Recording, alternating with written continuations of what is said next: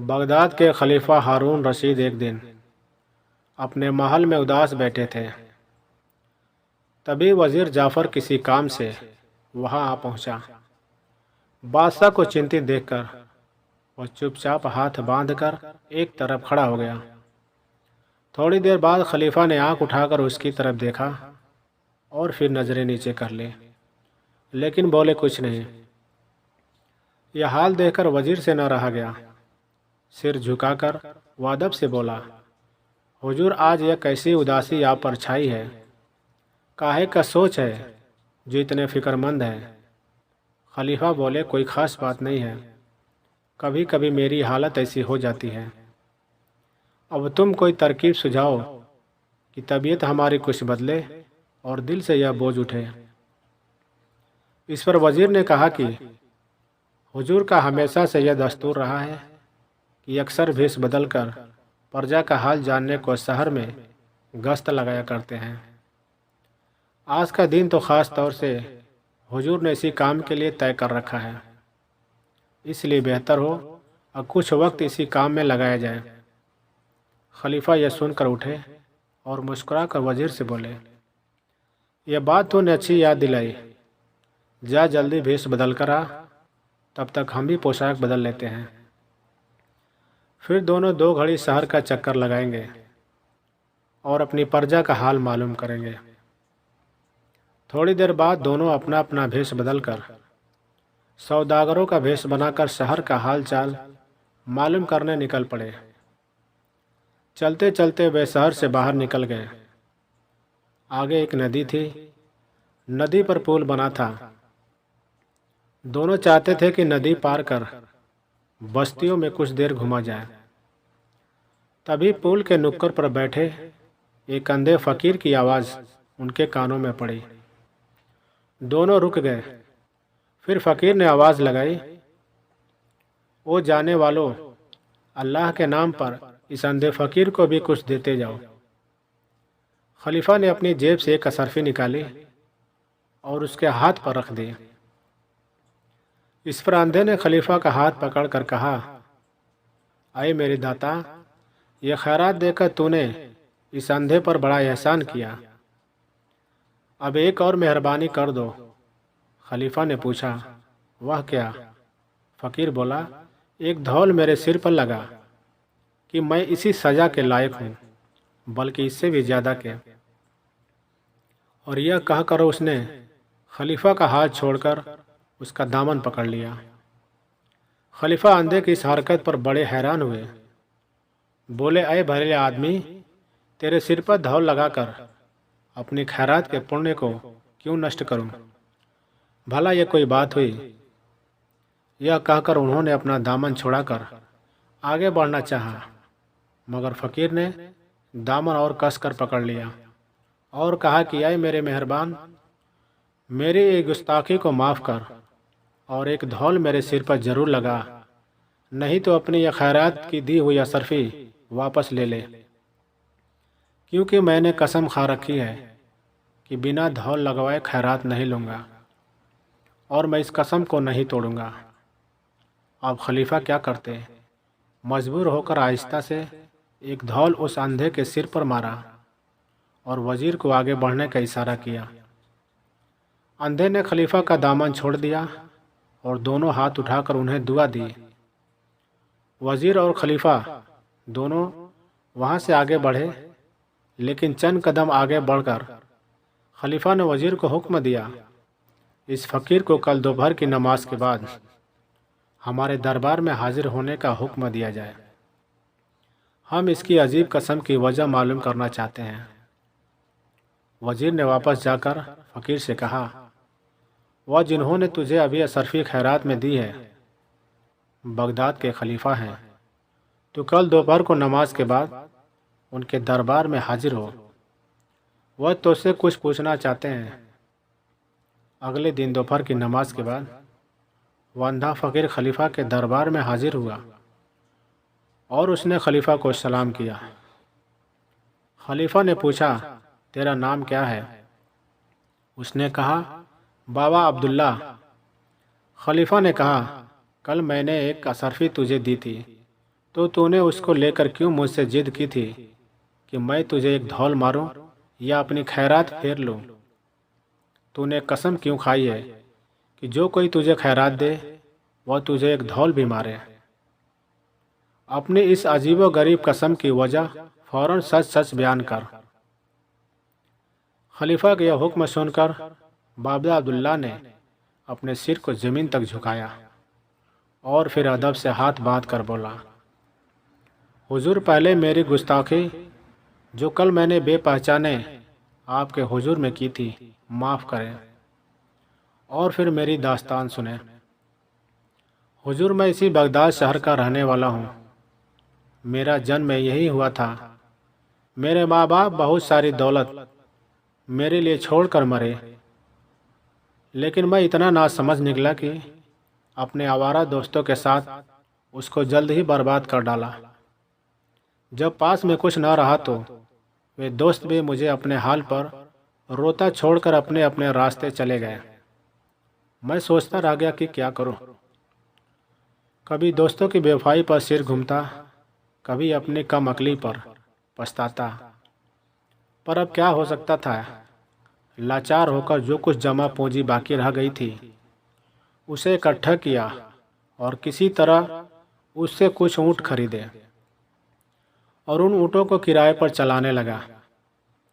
अब चूंकि समझ आ गई थी, इसलिए बहुत सोच समझकर खर्च करता और कुछ आगे के लिए भी बचा कर रखता। जब इतना रुपया इकट्ठा हो जाता था कि एक ऊँट खरीदा जा सके तो उससे ऊँट खरीद कर लेता।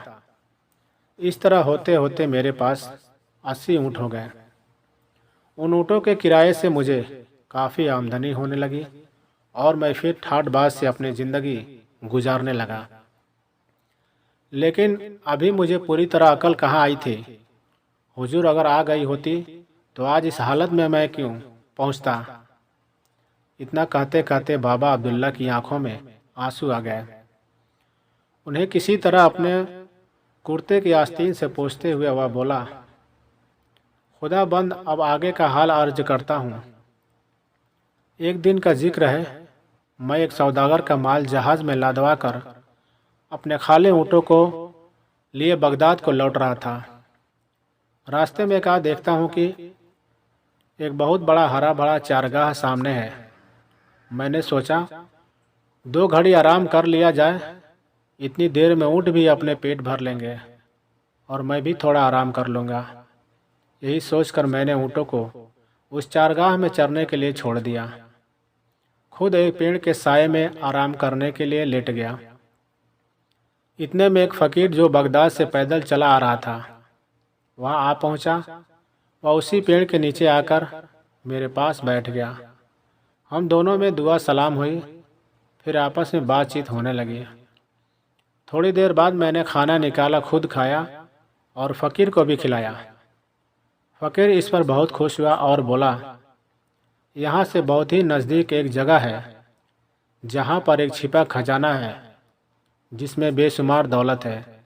इतनी बेशुमार कि अगर तुम उससे अपने सारे ऊँट भर लो तो भी ऐसा लगेगा कि खजाना ज्यों का त्यों है। यह सुनकर मैं बहुत खुश हुआ और फ़कीर से बोला, आप तो फ़कीर है, खुदा से लो लगाए हैं, इसलिए दुनियादारी की दौलत से आपको क्या लेना देना। लेकिन मैं हूँ दुनियादार आदमी। मेहरबानी करके मुझे उस खजाने का अता पता बता दीजिए। मैं अपने ऊँटों को वहाँ ले जाऊँगा। अगर आपका जी चाहे तो आप भी दौलत से लदा एक ऊँट ले लेना। मैं खुशी खुशी आपको भेंट कर दूँगा। मैंने हुजूर यह बात कहने को तो कह दी, लेकिन मेरा मन भीतर से मुझे कोस रहा था कि एक ऊँट बिना वजह इस फ़कीर को देने का वादा किया। यह उसका क्या करेगा। लेकिन वह फ़कीर भी एक ही था। बोला, वाह, एक ऊँट के लिए मैं तुम्हें इतने कीमती और बड़े खजाने का पता क्यों बताऊं। हाँ, एक सूरत में उस खजाने का पता बता सकता हूँ कि तुम सब ऊँट मेरे साथ ले चलो। उस खजाने से उन्हें भर लाएंगे। फिर उन 80 ऊँटों में से आधे तुम्हारे आधे हमारे। अगर मेरी यह शर्त तुम्हें मंजूर नहीं तो तुम अपनी राह लगो और मैं अपना रास्ता पकड़ता हूँ। इस पर मैंने सोचा, 40 ऊँटों से लदा हुआ खजाना भी क्या कम है, मेरी आने वाली 7 पुश्तों को काफ़ी होगा। सो फौरन राजी हो गया और ऊँटों को लेकर उसके साथ चल पड़ा। थोड़ा सफ़र करने के बाद हम दोनों एक पहाड़ के दर्रे में पहुँचे, जिसकी राह बहुत तंग थी, इसलिए ऊँटों को कतार बांधकर वहाँ से ले जाना पड़ा। थोड़ा आगे जाकर उस फकीर ने मुझसे कहा, अब तुम यहीं पर ऊँटों को बिठाकर मेरे साथ आओ। मैं उन ऊँटों को वहीं बिठाकर उनके साथ हो लिया। फकीर ने थोड़ी लकड़ियाँ जमा करके एक पत्थरी और लोहे का टुकड़ा अपने पास से निकालकर आग पैदा की और उनको जलाया। फिर आग पर कोई खुशबूदार चीज़ डालकर कुछ मंत्र पढ़े, जिन्हें मैं कतई न समझ सका। मंत्रों को पढ़ते ही आग से गहरा धुआं उठा और ऊपर जाकर फट गया।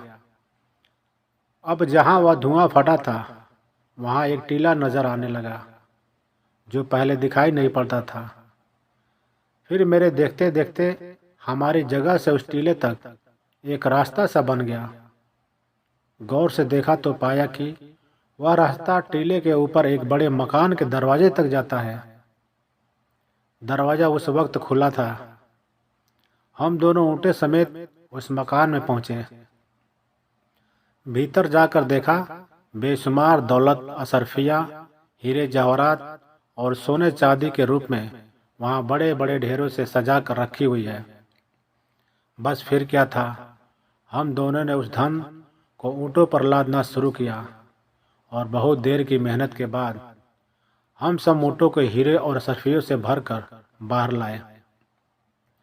खजाने के दरवाजे बंद किया और चलने का इरादा करने लगे, लेकिन तभी वह फकीर उस खजाने का दरवाज़ा खोलकर एक बार फिर उसके भीतर गया और वहाँ से एक संदूक में से एक लकड़ी की डिबिया निकाल कर लाया और मुझे दिखाकर उसने वो डिबिया अपनी जेब में रख ली। फिर हम उन ऊँटों को आधे आधे बांटकर उस पहाड़ी दर्रे से बाहर निकले। थोड़ी दूर आगे जाकर एक दूसरे से जुदा हुए। फकीर अपनी राह पर आगे बढ़ा और मैं बगदाद के लिए रवाना हुआ। चलते वक्त मैंने उस फकीर का बहुत बहुत शुक्रिया अदा किया कि उसकी मेहरबानी से मुझे इतनी दौलत मिली। लेकिन अभी मैं चंद कदम ही आगे बढ़ा होऊंगा कि मुझे पर शैतान सवार हो गया। मेरे दिल में लालच ने सिर उठाया और कहा कि यह फकीर जिसके आगे पीछे दुनिया में कोई नहीं, इतनी दौलत का क्या करेगा। उल्टे इतनी दौलत और इतने ऊँट की सार संभालने में उसका सारा वक्त लगने लगेगा। फिर यह खुदा को किस वक्त याद करेगा। यह सोचकर मैं वापस मुड़ा और उस फकीर को आवाज़ लगाई। फकीर मेरी आवाज़ सुनकर रुक गया। नज़दीक पहुंचकर मैंने उससे कहा, बाबा आप तो फकीर हैं, आप इतने धन दौलत का क्या करोगे। फिर आपको इतने ऊँटों की देखभाल करने में भी तकलीफ होगी। इससे बेहतर है कि मुझे 10 ऊँट और दे दो। इस पर वह फकीर बोला कि भैया सच कहता है कि इतने ऊँटों को रखना मेरे बस का नहीं है। तू जितने इनमें से लेना चाहे ले लो। लेकिन मेरे मुंह से तो 10 की बात निकली थी, सो मैं 10 ही लेकर वापस हो लिया। लेकिन तभी ख्याल आया कि जब इस फकीर ने 10 ऊँट बिना किसी मलाल के दे दिए, तो 10 उसे और मांग लेना चाहिए। यह सोचकर मैं फिर उसका फकीर के पास गया और कहा, बाबा आप 30 ऊँटों में का भी क्या करोगे, 10 मुझे और दे दो। इस पर फकीर बोला, अच्छा भाई तेरी मर्जी है, तो इनमें से 10 और ले लो। मेरे लिए 20 ऊँट बहुत है। मैं इस फकीर के हिस्से में से 10 ऊँट और लेकर चला, लेकिन मेरे ऊपर तो लालच का भूत सवार था। थोड़ी दूर आगे बढ़कर फिर मेरे दिल में ख्याल आया कि 20 ऊँटों का भी वह फकीर क्या करेगा, 10 और मांग लेने चाहिए। मैं फिर उसके पास पहुंचा और 10 ऊँट उससे और ले लिए, लेकिन फिर भी मेरा लोभ नहीं मिटा। मैं फिर वापस लौट आया और दम दिलासा देकर उसके पास से बाकी के सभी 10 ऊँट भी ले लिए। फकीर ने भी सबके सब ऊँट मुझे हंसी खुशी दे दिए और खाली हाथ वह अपनी राह चलने लगा। लेकिन मेरे सिर पर तो सामत सवार थी। शैतान ने मेरी मति हर ली थी। लोभ ने मेरे दिल में घर कर लिया था। सो हुजूर, मैं किस्मत का मारा इतनी दौलत में भी संतोष न हो सका। इतना कहते कहते बाबा अब्दुल्ला का गला भर आया और डबडबाई अंधी आंखों को पगड़ी के छोर से पोंछकर वह फकीर आगे को बोला, हुजूर, पता नहीं उस दिन मेरे सिर पर कौन सी बला सवार थी। थोड़ी दूर जाकर मेरे दिल में अचानक ख्याल आया कि वो डिबिया जो फकीर ने मुझे दिखाकर अपनी जेब में रख ली थी, वह तो फकीर के पास ही रह गई। पता नहीं उसके भीतर के मरहम में क्या खूबी है। उसे भी उस फकीर से मांग लेना चाहिए। वह उसका क्या करेगा। आखिर मैंने वापस जाकर उस फकीर से कहा, तुम उस डिबिया को जिसमें मरहम है अपने पास रखकर क्या करोगे? उसे भी मुझे दे दो। फकीर ने उसे देने से इनकार कर दिया। इस पर उसे पाने की इच्छा मेरे मन में और बलौती हुई। मैंने मन ही मन सोचा कि अगर यह फकीर उस डिबिया को राजी खुशी नहीं देता तो उसे ज़बरदस्ती छीन लूँगा। शायद फकीर ने मेरे मन की बात भाप ली। उसने उस डिबिया को अपनी जेब से निकालकर मुझे देकर कहा, अगर तेरी खुशी इसी को लेने में है तो यह भी हाजिर है, मगर ध्यान से सुन, तुझे इस मरहम की तासीर बताए देता हूँ। यह सुनकर मैं बहुत खुश हुआ। झट डिबिया उसके हाथ से लपक कर अपनी जेब के हवाले कर बोला, हाँ बाबा, मेरे ऊपर आपने जब इतनी मेहरबानी की है तभी आखिरी मेहरबानी और कर दो। मैं सारी उम्र आपका एहसानमंद रहूँगा। बताओ मरहम की तासीर क्या है?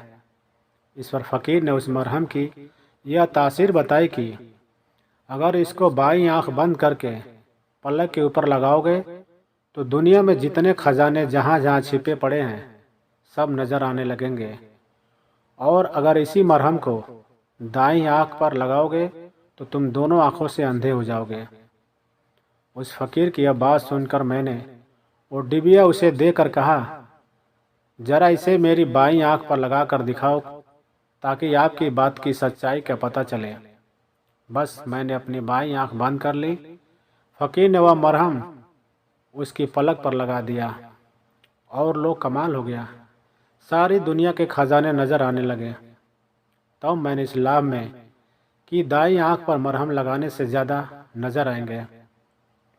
अपनी दाईं आंख बंद करके फ़कीर से कहा कि अब ज़रा इस आंख पर भी लगा दो। इस पर फ़कीर बोला, तुम इस आंख पर मरहम मत लगवाओ, नाहक में अंधे हो जाओगे और बाद में पछताओगे। मगर मेरे सिर पर तो लोभ का भूत सवार था। मैं न माना। वह फ़कीर ज्यों ज्यों मुझे समझाता मेरी हठ उतनी ही बढ़ती जाती। मैंने कहा, बाबा क्यों बहकाते हो?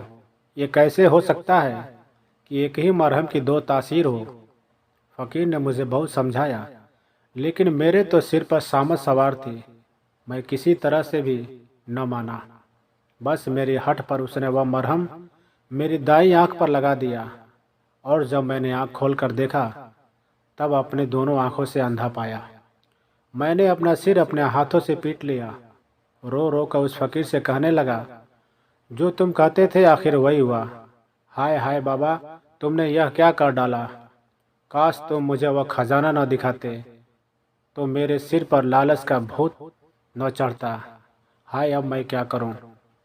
बाबा, तुम ये दौलत अपने साथ ले जाओ और मेरी आंखें दे दो। आंखों की रोशनी से बढ़कर दुनिया में कोई दौलत नहीं होती। इस पर फ़कीर बोला, भाई इसमें मेरा क्या कसूर है?